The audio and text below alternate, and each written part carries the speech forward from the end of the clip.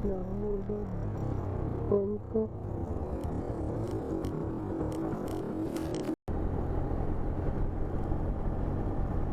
So, yun guys, no, habang nagbibiyahe tayo dito ngayon sa may kabaan ng Bilisan Road. So, hindi ko napansin guys yung phone holder ko dito na hindi na pala nakaigpit masyado. So, nahan guys, merong yung spalto na parang na buklod. So, dito guys, nahulog yung phone ko.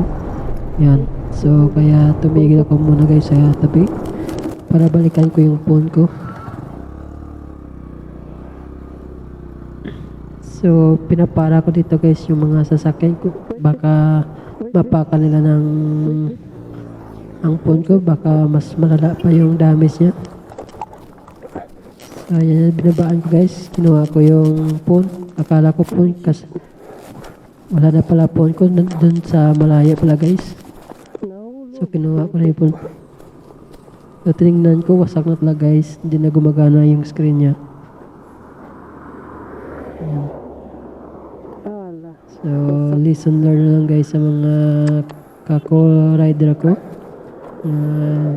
Kailangan di talaga magtiwala sa phone holder.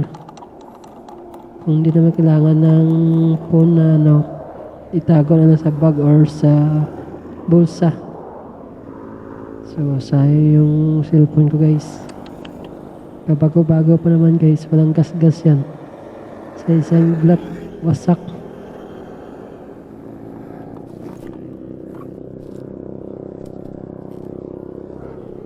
So, yun guys yun. Pang driver license ko pala. Muntikan ko na makalimutan damputin.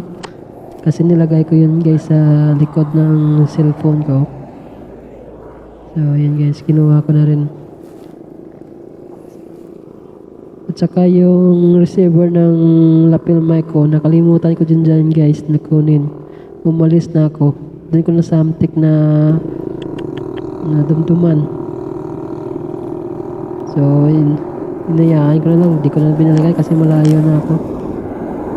Kaya nagpatuloy na ako dyan guys sa pagbiyahe ko papuntang Lilo.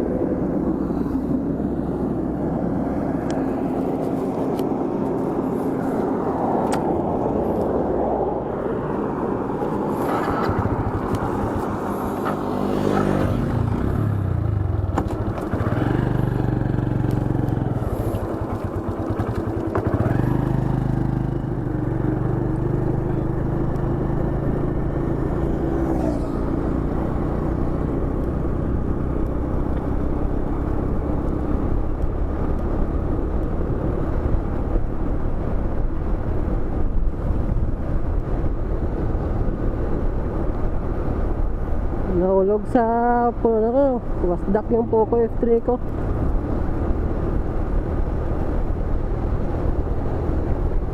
Hindi na gumagana yung cellphone ko.